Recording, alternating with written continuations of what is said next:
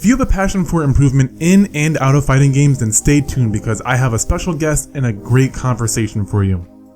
Hey guys, I'm the Philosopher and this is another episode of FGC Philosophy. This is where I sit down with influencers of the fighting game community and we have a conversation about all things fighting games, personal development, and more. Today I have Joe Munday. He's an author, fighting game enthusiast, and a moderator over at the subreddit r Street Fighter V. This person has dedicated himself to helping others improve at the game of Street Fighter V.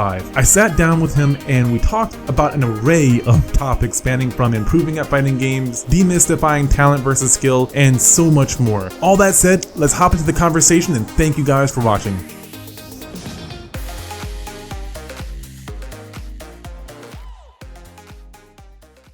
I'm kind of curious to know how this kind of got started. So it was kind of by necessity in a way. I'd been a moderator at our Street Fighter, RSF for short, for the last 3-ish years. But even before that was helping out with writing guides for Street Fighter 4 characters. So this is really just a carryover from what I was doing in 4 and what we saw people's needs in 4. There would be tons of questions all the time of like, how does this character anti-air, or what do I do?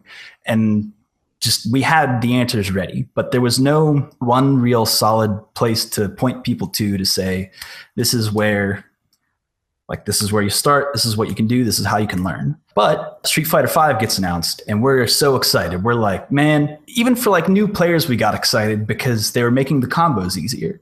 And even in the beta phases, we were like, okay, it's got this 2-frame buffer, which that might sound advanced, but what it really means for the layman is that it makes combos easier. For frame of reference, yeah, I've been playing for a while, but my execution is bad. And there's not really any one combo that I can't do in Street Fighter V. It's not that difficult if you practice. So inputs are easier. In general, there's not as many combos as there was in 4. So we're all thinking, man, it's going to be really easy to get into this game. Like they're going to focus on the neutral. They're really going to do all these things for new players to bring them in. They're positioning it in a way for new players. So the game comes out and it lacks, what's the good word for everything? It didn't really have anything in it that taught new players how to play. Yes, it had tutorials for character-specific things that are like, here's 10 or so combos, and then like weird video tutorials that I'm not sure anyone watched. Well, the one thing it did have, which I will give it credit for, is a really fantastic training room, but no explanation as to why you would want to use a lot of the things in the training mode. So as soon as it came out and I saw that it was super lacking, and like having the history of like Skullgirls has a fantastic tutorial, KI has a fantastic tutorial, Guilty Gear has a fantastic tutorial that really teaches new players like right off the bat, like high concepts of like option selects and things. And it teaches it in such a simple way that it's like, wow, you just practice the option select, and this is in a tutorial. Street Fighter V comes out and it has none of that. And I'm thinking, how could they position this game to teach new and bring new players in and just have nothing? They need something. So I think it was like right after the release of the game, I introduced the first part of the series, which was just like learning normals. So I was like, okay, let's go through normals. Let's go through special moves. Let's do all the special moves, any special move that's in the game, because at some point you learned how to play fighting games not knowing how to throw a fireball. We all know it now after having played years and years of fighting games, but like there was a time back when you were a little kid where you were like, I don't know, what's the Z move like?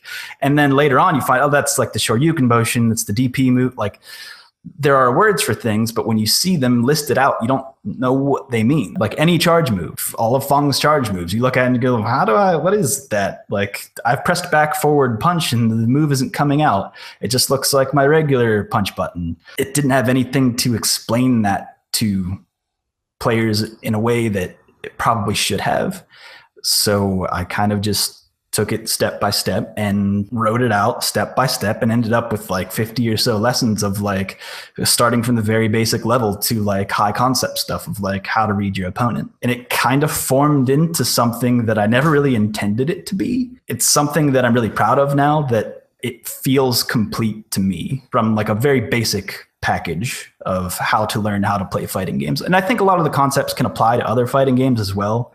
There's a lot of chapters later on that get into the more conceptual stuff. I think that the best explanation of that is like, I equate fighting games to chess a lot. When you first learn how to play chess, like someone teaches you how all the pieces move, right? Once you learn how all the pieces move, you don't actually know how to play chess. That's not actually chess, just knowing how things move. There's like a whole history of like, here's opening moves and here's like certain combinations of board spaces that like, that's actually how you play chess. And you have to learn that through like certain steps and like talk to other players who know how to play chess to understand that like there's a whole history of chess that you don't even know about if you only just know how to do the moves. That's kind of what like, if you're just left with combos in a tutorial, then you just kind of know how the pieces move, but you don't actually know how to play Street Fighter. I do agree with the fact that Street Fighter V was very bare bones.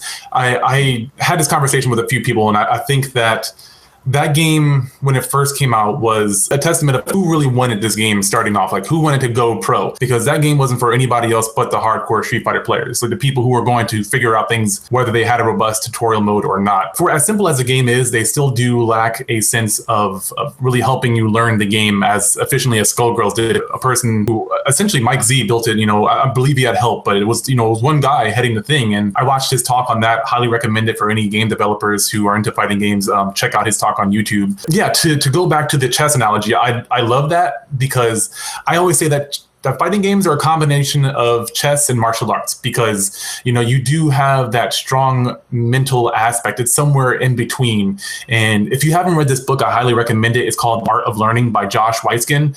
He's the person that the movie Searching for Robbie Fisher was based off of. So he was a grandmaster chess player at a very early age, but he actually wound up retiring from chess and switching to Tai Chi Chuan push hands and became the world champion of that. So he took the principles from chess and applied them to his life as a martial artist and became a master of that as well. And it's a very great book. I listened to the audiobook, but it's great and totally backs up what you're saying about chess. But in that book, or in one other reference, they talk about chunking. And a chess master, they don't look at chess the way a normal person does, because they have all this information chunked into one category. For example, the exercises that you have people do when you're doing the simple exercises, it builds that muscle memory. And I believe you even talk about it in your book, but that muscle memory frees up mental space for you to be able to think about more advanced things. The same thing in martial arts. You start with a white belt and you do punches, you kicks. And the most important thing is that your master will, or your sensei, your teacher will correct your form. He'll keep coming back over, correct your form. Once you're able to do that form on your own without being corrected, a consecutive number of times, then you move on to something more advanced, which is combinations or something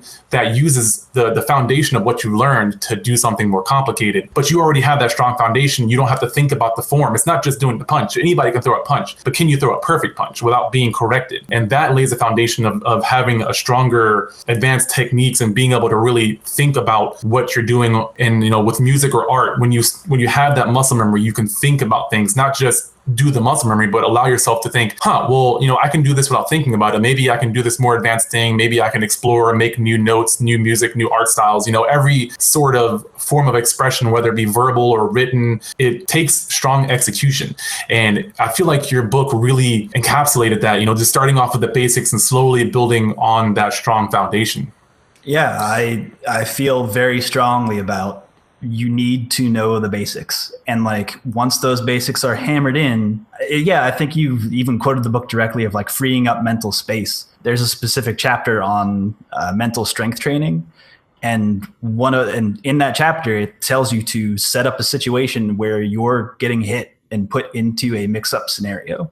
Now, you're gonna encounter mix-up scenarios. You're going to see things that put pressure on you. But practicing those things and like flexing that mental muscle of like, oh, I've seen this. I'm not worried about this. I know how to respond to this.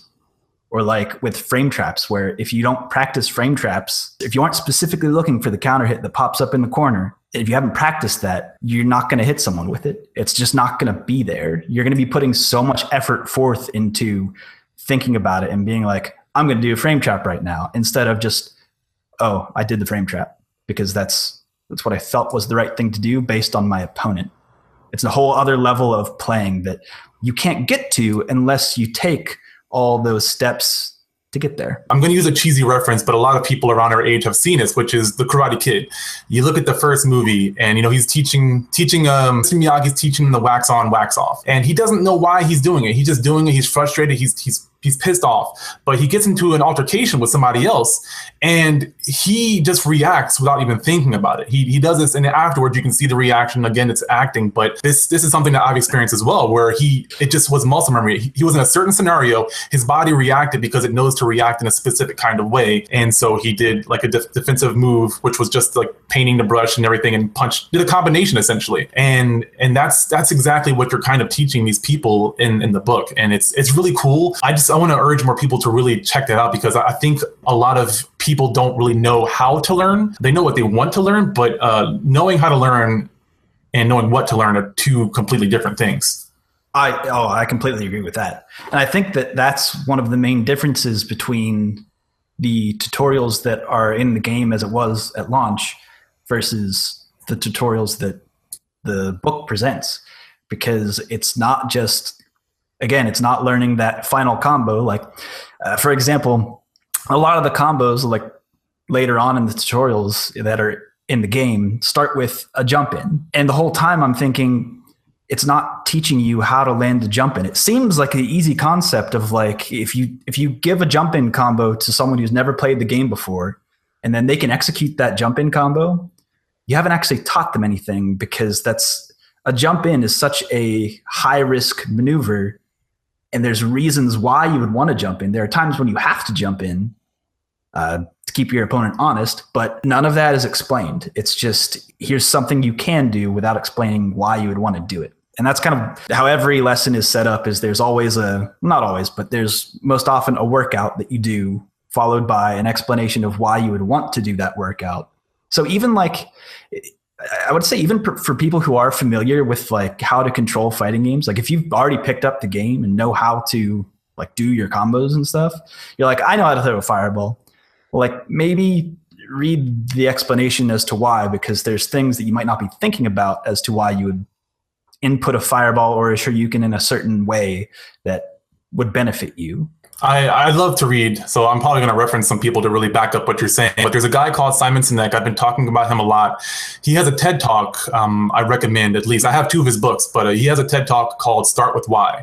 And he talks about how a lot of the marketers, Apple, other big corporations, that started with why rather than what, and really helps you to connect with the purpose for doing this sort of thing. Not really a critique, but something I would say is that I think most of these people should read the purpose, the why, before they even read the exercise, because I love, that was my favorite part of the exercise of reading, was reading the purpose and understanding the foundation behind it. Like what's the purpose of being able to do this? Because a lot of people want to improve, but they don't know what they need to improve at or why they need to improve upon it. And just really understanding the why behind it helps them to own that exercise. The exercise is important, but understanding why you need to do it is, in my opinion, more important. That's why, like philosophy, when you have a lot of older styles of martial arts, or even traditional Asian chess, I can't remember what it's called, but there's philosophy and there's principles behind it that are equally, if not more important, that really help you to understand when you're doing all these things, like yoga or martial arts. Understanding the principles behind them, not just going through the motions, is really important, not just for the sake of, knowing why, but really helping you to be more conscious when you're doing it. For example, something as simple as doing it 10 times consecutively.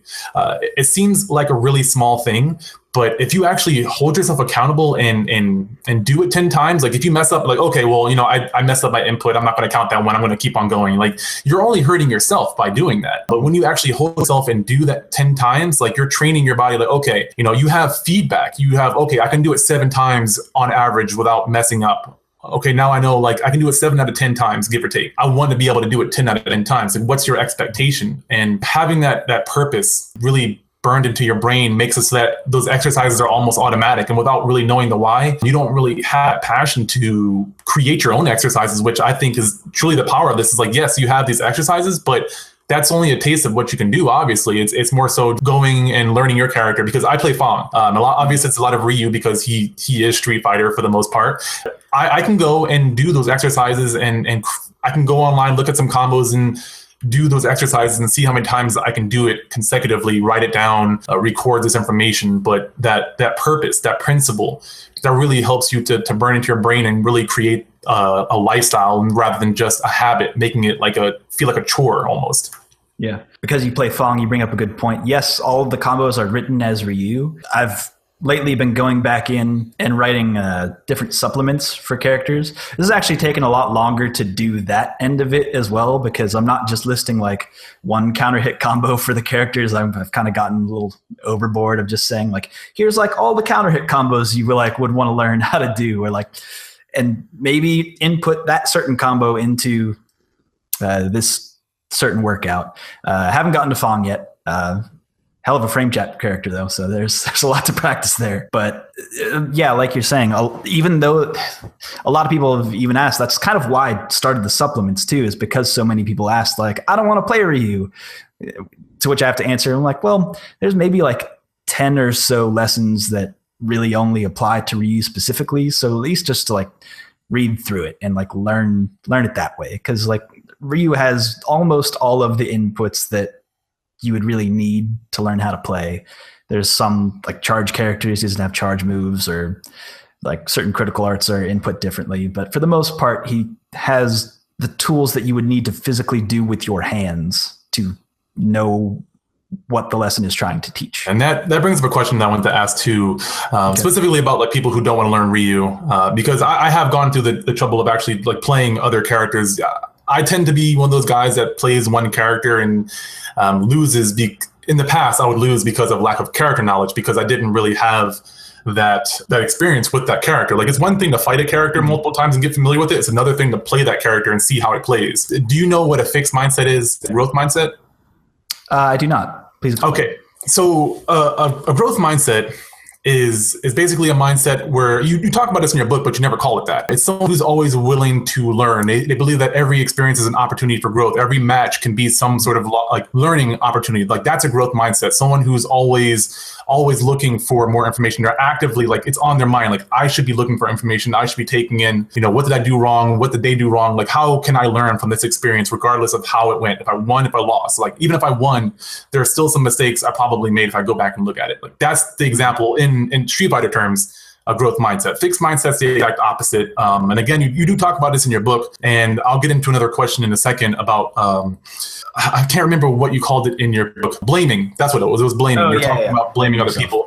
People who blaming external circumstances for their losses. They blame lag, they blame character, matchup, they blame anything but their own ability to get better for their loss. That would be the example of a fixed mindset. Someone who's in the mindset of like they're good as they are, or they just don't believe that they can get any better. They essentially hit the wall. That's a growth mindset. And you do kind of talk about that. So I'm kind of curious, from your point of view, your experience with people who are like that, and how that impedes their ability to develop. Those types of people and players are extremely frustrating, and they become more frustrating whenever they have more natural talent in the game. It's so frustrating, even when like teaching new players how to play, when you get that one player is just like, man, like this, I can't deal with this lag, or like all he did was jump in on me. Are you familiar with the game that used to be Rising Thunder? Yes. It only existed for like a little bit. There's a really great video of a dude complaining about Shell, which is a character who throws a projectile, and he can't deal with the projectile. And he's like, oh, you just call it zoning, and all you do is spam all the fireball all day. That's all you do. And it's like, but you didn't stop to think about, what am I doing wrong that I can't avoid the projectile? Because it's in the game. It's not cheating. You're not like inputting a code that gives you the ability to completely outzone and outplay your opponent. Like, they think so much that like, oh, I put all this work. I know all these combos. Like, nobody has put more work into this game than me. Like, how can you just throw fireballs? That's dumb. Like, I should have beaten you another way if you would have let me do my setup, but I couldn't get in because you threw the fireballs. And it's like, dude, you're missing the point. That's not what it is. It's not what fighting games are.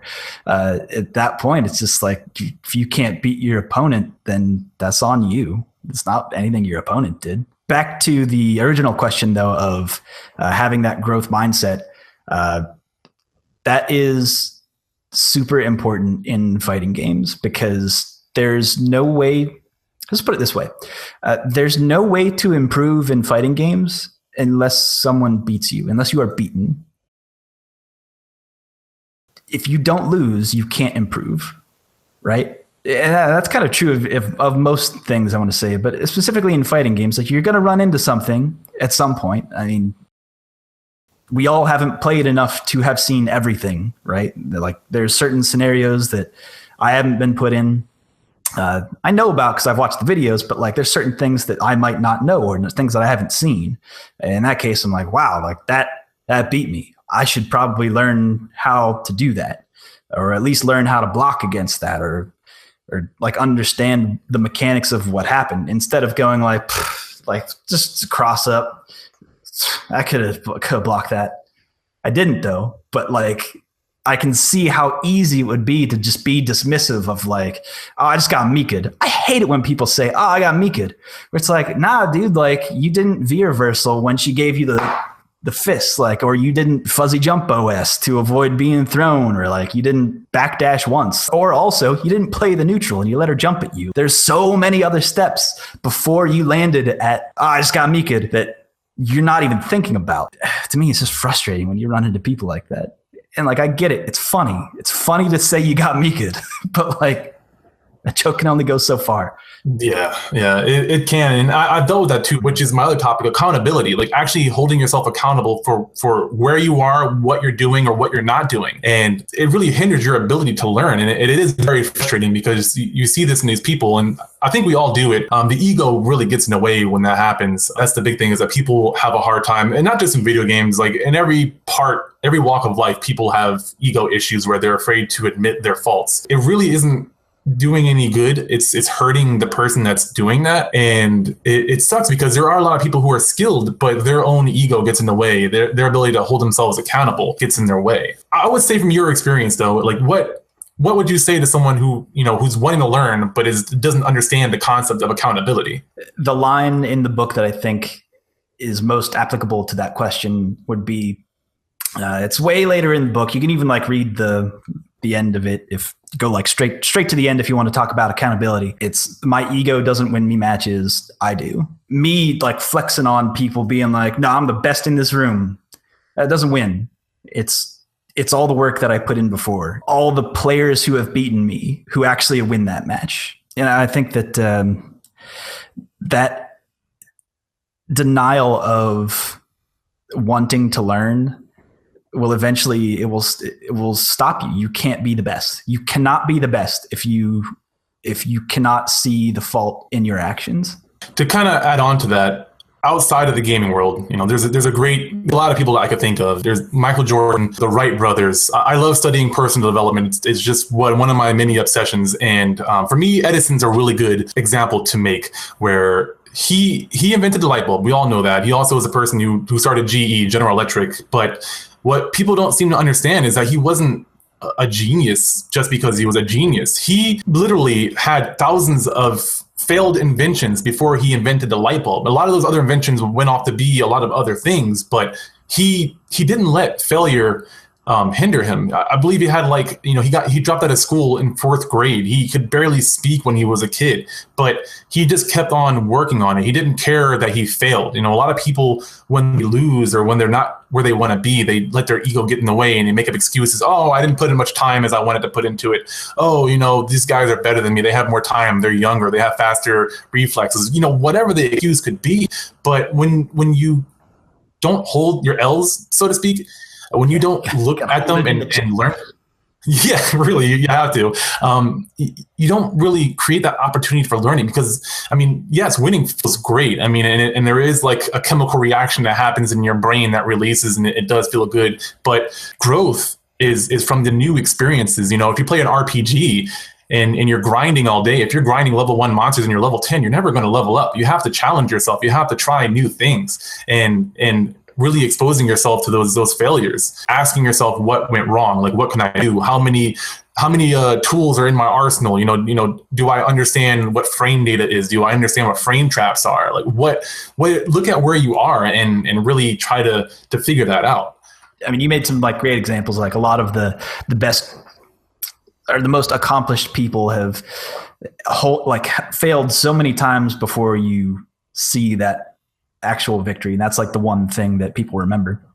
Like people won't remember the 100 times you've lost. If you ever like meet anyone who's like, I want to be the best, it's just like, if you think about what that means, if you want to be the best at Street Fighter, like understand there's a dude out there at Infiltration. He's done some like really cool interviews. Like, have you ever seen the interview where they go inside of his home and it's basically just a room dedicated to him playing Street Fighter? There's nothing in that dude's fridge. A dude has condiments in his fridge. That's it. Think about the life dedication it takes to be like, no, this is my life. He has removed everything in his life that would come into conflict with the goal of being the best.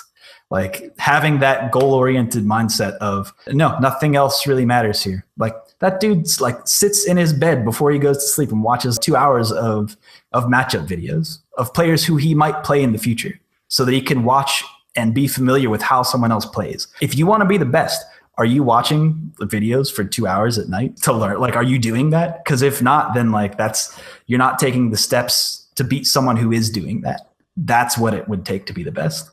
Yeah, I mean, you make a great point. It's almost an insult to these people who have put in all the time. It's like saying you want to beat an MMA fighter, but you just now are getting into MMA. It doesn't work that way. You're not born with that much talent that you can beat someone who's skilled. Talent can only take you so far, whereas skill, that has a stronger backbone. That's not going to break when things get really stressful or something challenges you that you're not familiar with. A lot of people try to fall back on their talent, and that really, one, it's going to hurt you more than help you, but two, it's also an insult to all the people that really put in those hours. It's not to say that there aren't more efficient ways to learn, which brings the book back around, but I mean, these people have figured it out. I mean, some people are self-taught, some people have learned from the best, but it does take a lot of time, and that's anything. I mean, that's the 10,000 hour rule, if you've ever heard of that. I have not.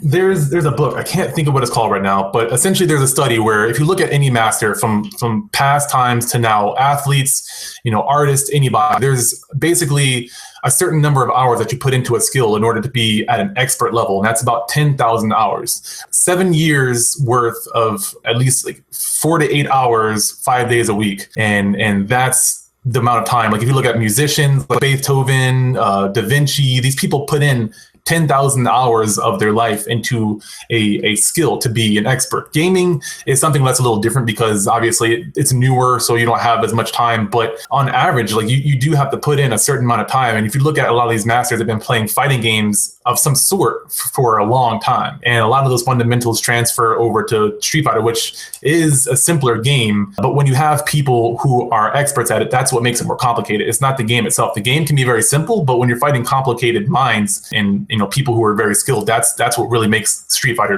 or any fighting game, that fighting game. This is kind of tangential, but something that I love introducing the concept of fighting games. And it's funny because it's kind of a joke, but like not really. I think Dive Kick is actually a really good game to introduce people into the concept of fighting games. For anyone who doesn't know what that is, you should. It's fantastic. It looks like a Flash game. It's real bad.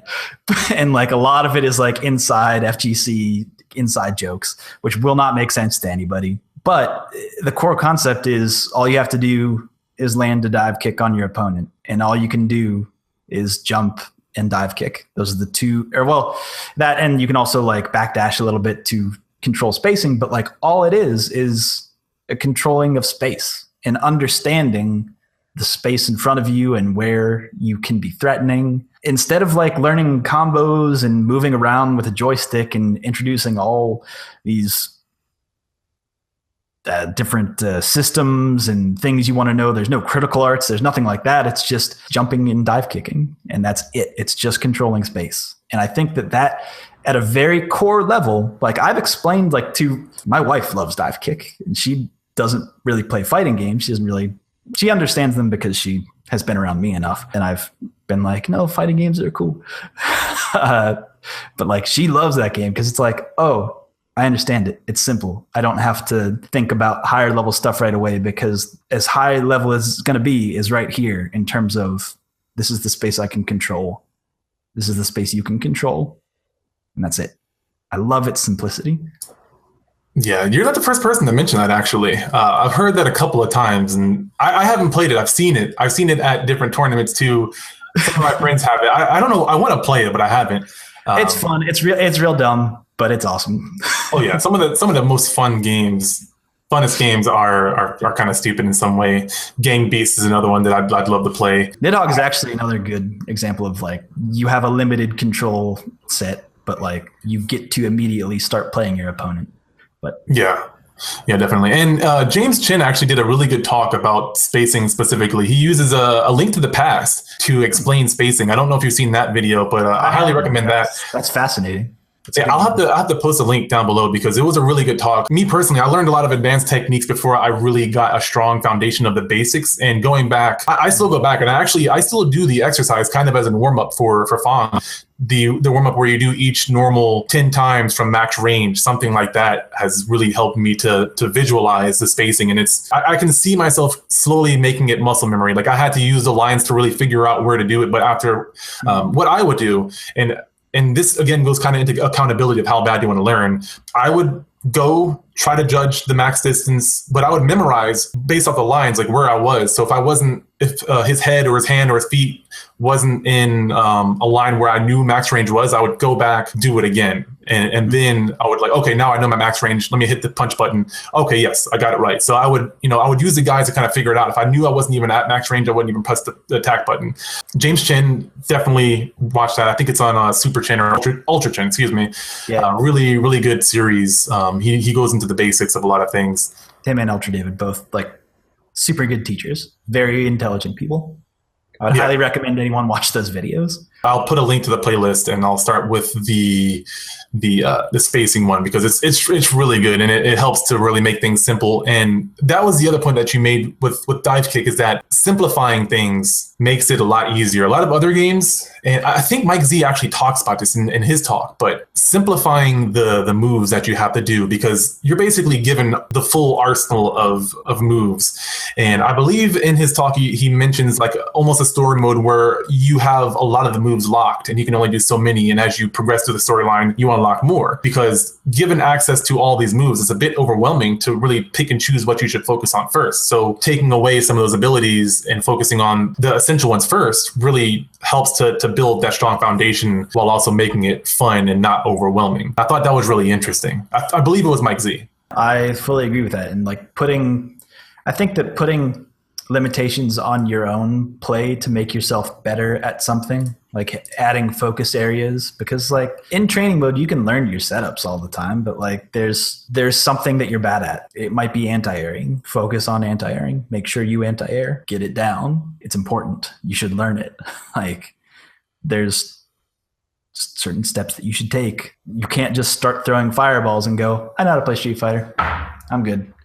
Don't worry about it. I threw a fireball. We're good. There's so much more that you're missing. If that's it, you've missed so much. I absolutely agree. And it's fighting games are so much more. And that kind of gives me into, I guess, more of you rather than Street Fighter. But how did you really get into fighting games?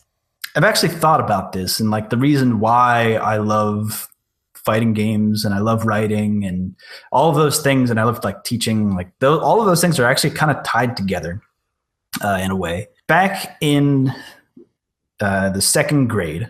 Okay, so for anyone who might not know and anyone who's younger, because this probably isn't still a thing, but Book It was a thing where you read a certain number of books on an approved list. And like, mind you, this is like second grade. So this is like 8-year-old me. You read a certain number of books and your teacher gives you a certain number of stars. You take your little bookmark card with all the stars on it, and then you get to go to Pizza Hut and you get a free personal pan pizza.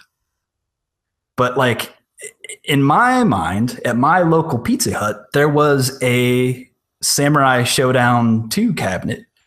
And there was something about that cabinet where I was like, a little 8-year-old, 7-year-old me was like, yo, I'm gonna save up my milk money, and we're not gonna get the chocolate milk all week. We're not gonna get any milk. We're just gonna we're gonna save those quarters, and I'm gonna read all these books.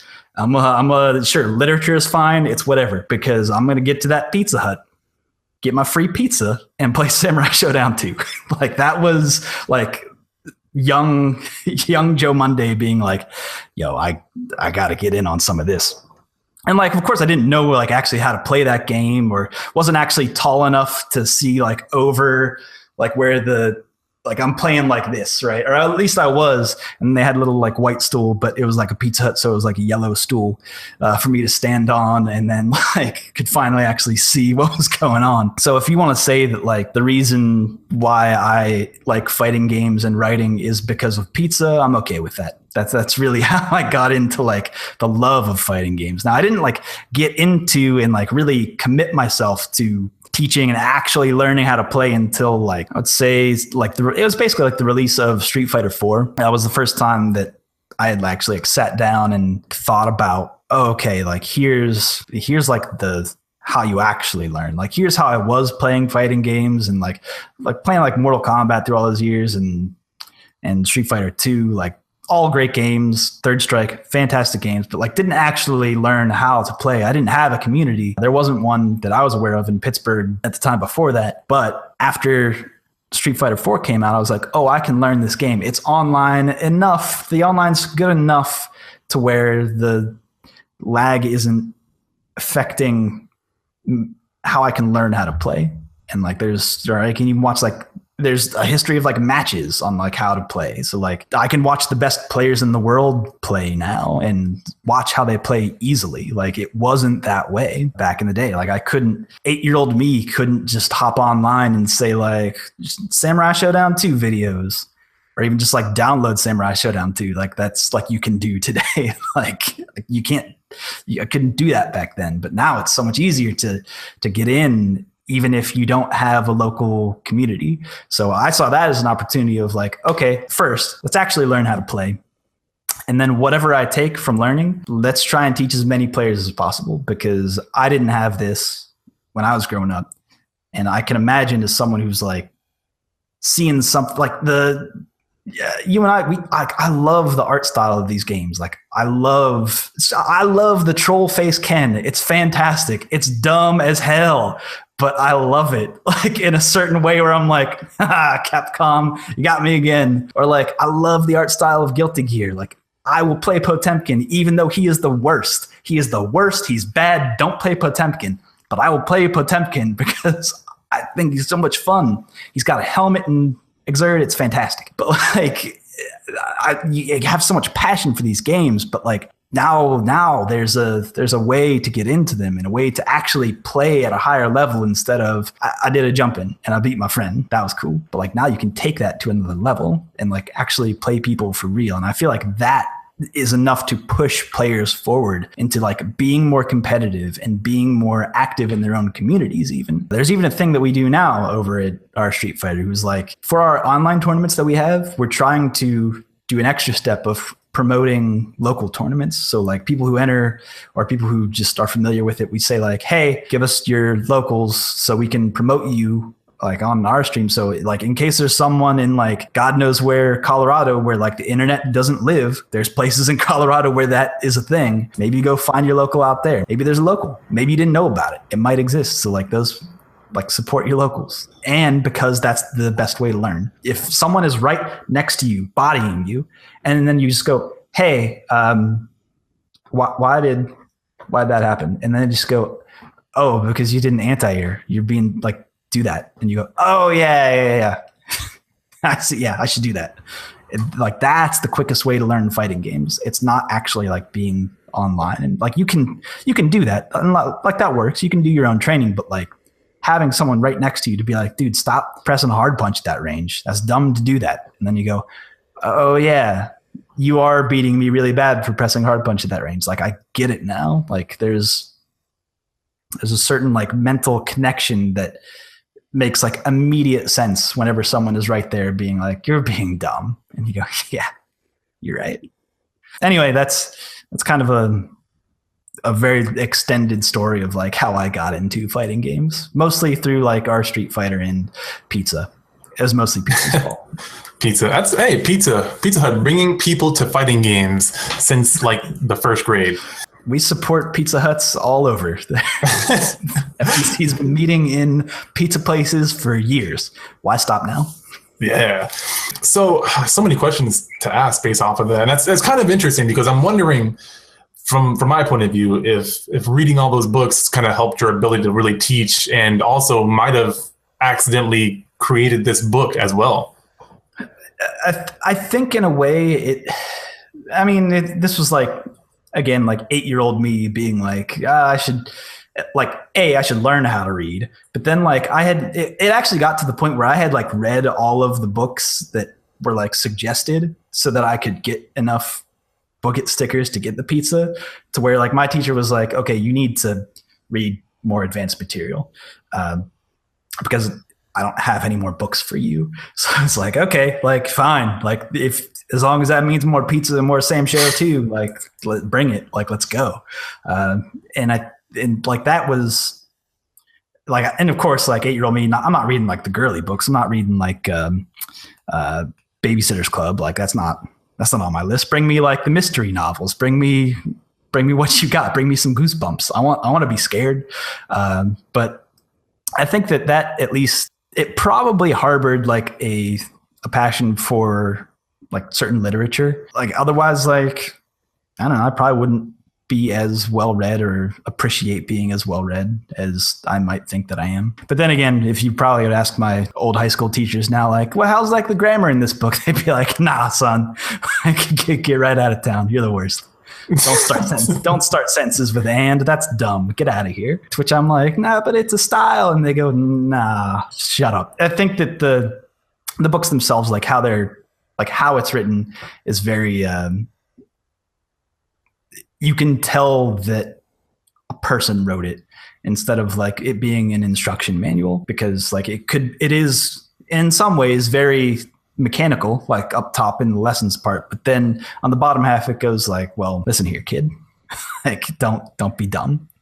Yeah, the arm around the shoulder kind of conversation sort of going on.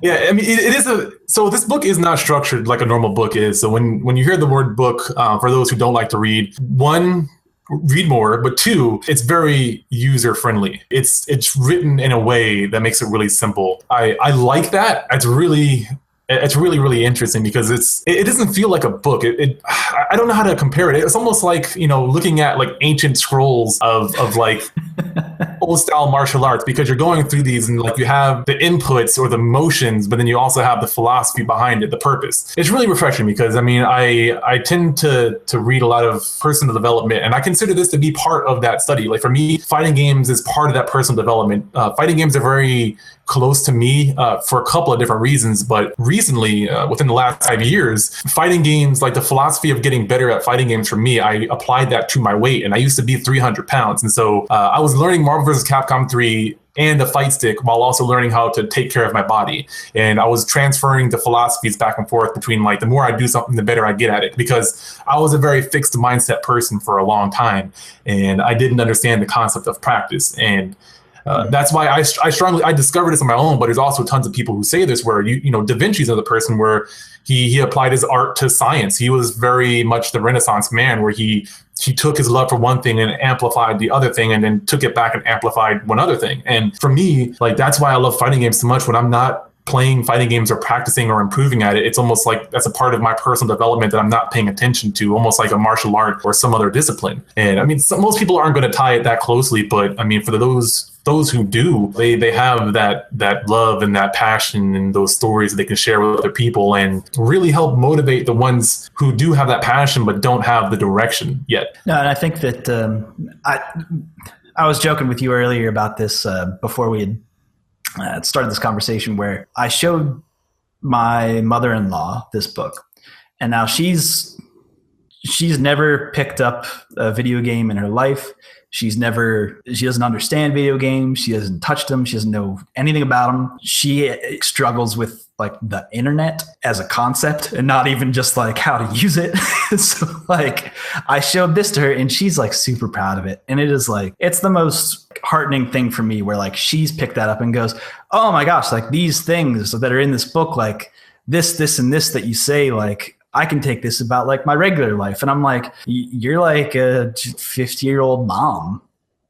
You shouldn't like, that's cool that you've like been able to pick these things up, but like, this is about Street Fighter. Like, I get it, but like, to me, that's like mission accomplished at that point. Like if I can reach that person, I think there was also a time, I think it was kind of as I was writing a lot of the guides I wrote back when we were still like RSF4, doing a lot of tutorials for, actually, it wasn't really tutorials. It was like we had character discussions, and for every discussion, I would post like, here's this character, and here from like a basic concept, here's how you would beat this character.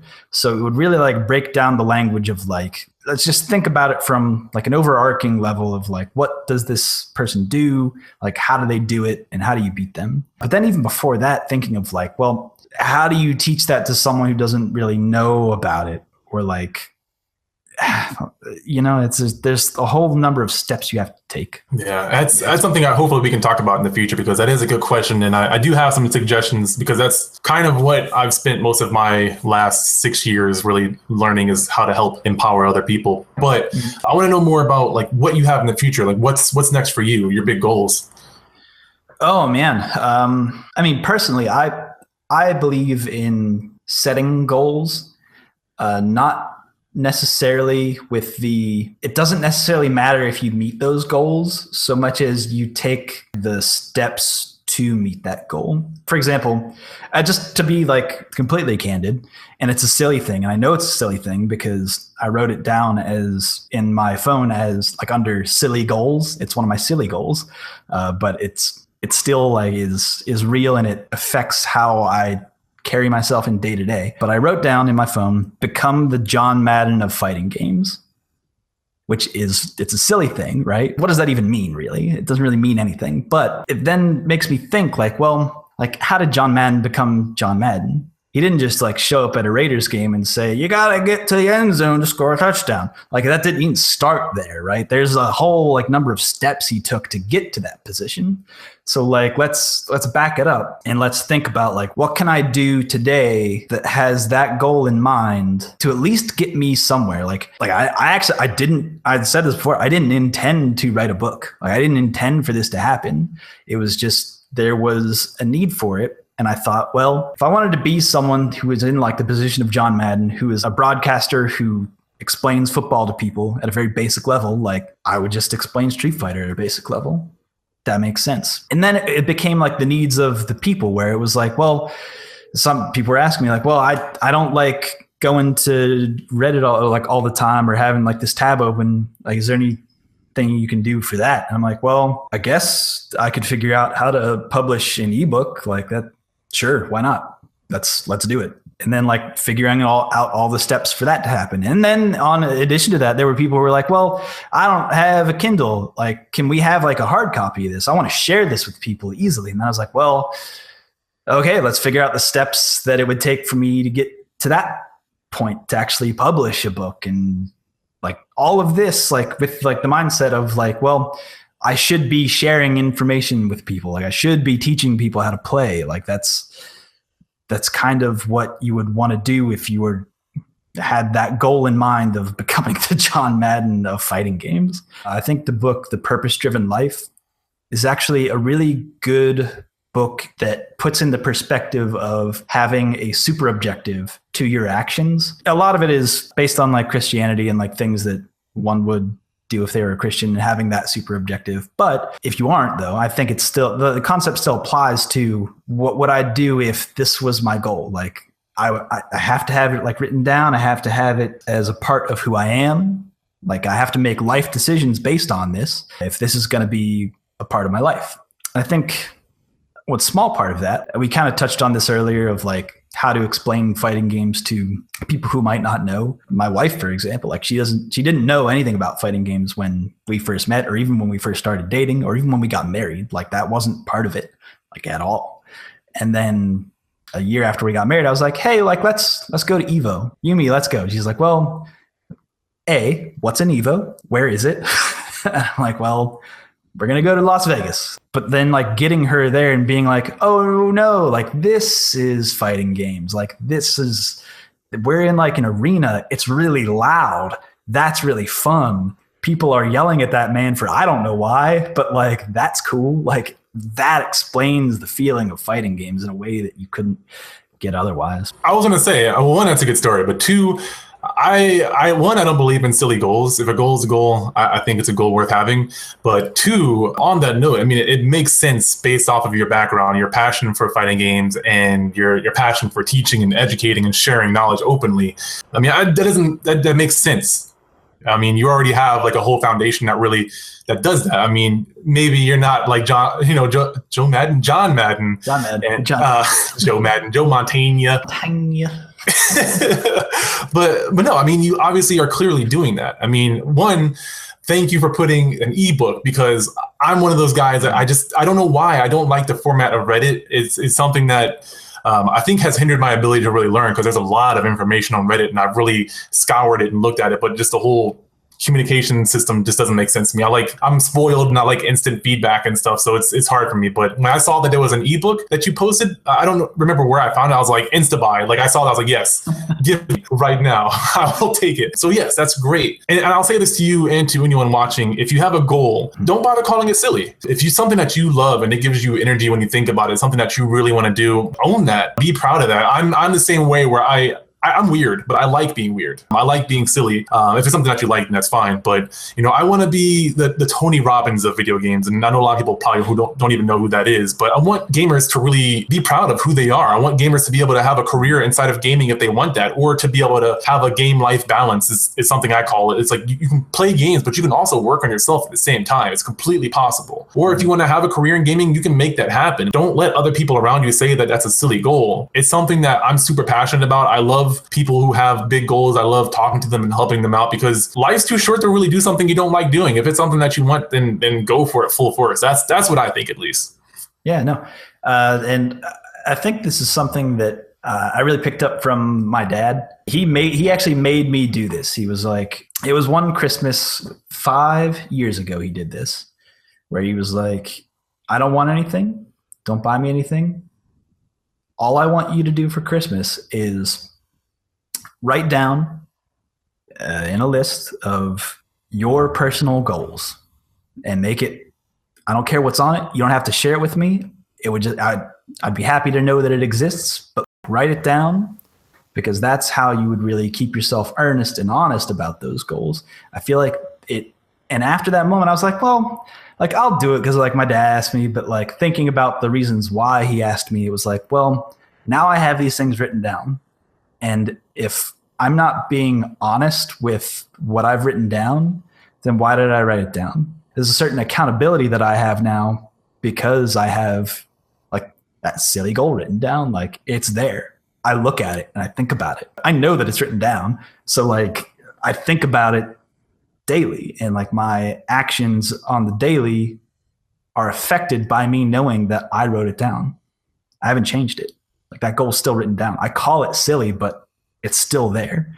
It's still in sight, and my actions are still dictated by, at least that was part of one of the things I wrote down, but like I feel like it's important, especially in keeping yourself accountable, to have something written down. There's a lot of facts that back up what you're saying. Writing down a goal, I want to say you're 30% more likely to actually achieve that goal when you write it down, because you're making it real, you're manifesting it, whatever terms you want to use. There's facts that back up that. There's facts about actively thinking about your goal every day versus people who don't think about it every day. When it's front and center of your mind, it drives your day. You're not going to let a lot of crap get to you. Your mind's going to be focused on your goal. But if you let all these distractions and all these stresses get in your way, that really steers you off course. Where your mind goes, the body follows. What you're thinking about really dictates what you're going to lean towards. If you're thinking about that dude that cut you off in traffic all day, you're going to be pissed and you're going to get mad. You're going to see reasons to get mad. And the same thing with, fighting games. If you're a person who thinks that other people play cheap, quote unquote, you're going to find people who play cheap. They're going to exploit every weakness that you have and you're never going to improve. Video games or real life, it's the same thing. Again, I wish I had more time to talk. I really enjoyed this conversation. Hopefully we can talk again in the future, but I do want to at least let the people know where they can find you. You can find me, of course, on our Street Fighter. Ping me anytime. I'm one of the mods there. It's Joe Munday. Or on Twitter at Super Joe Munday. I think that's all one word. No underscores there. Yeah, and that's where people can find me. Or like on the Reddit Discord, or really anywhere. I'll respond to any kind of DM or message like that. Because again, that's one of those things of learning. Like if you have a basic question, or like drop a note in any of, well, some of them are archived, but drop a note in any of the posts that I've made asking like, well, how do I do this? And I will respond immediately, if not the next day. All right. And also, I can't stress this enough. If you are wanting to get into Street Fighter, you have like a passion for it, you want to go to tournaments, or you just, you're really curious, check out the book. Either get the Kindle version or get the hard copy, because I've enjoyed it. I'm still going through it. I do the exercises, simple and more advanced, and it gives you some direction. So I can't really stress it enough. Go check it out. Thank you so much for joining. I really appreciate it. Oh, no problem at all. It was a pleasure.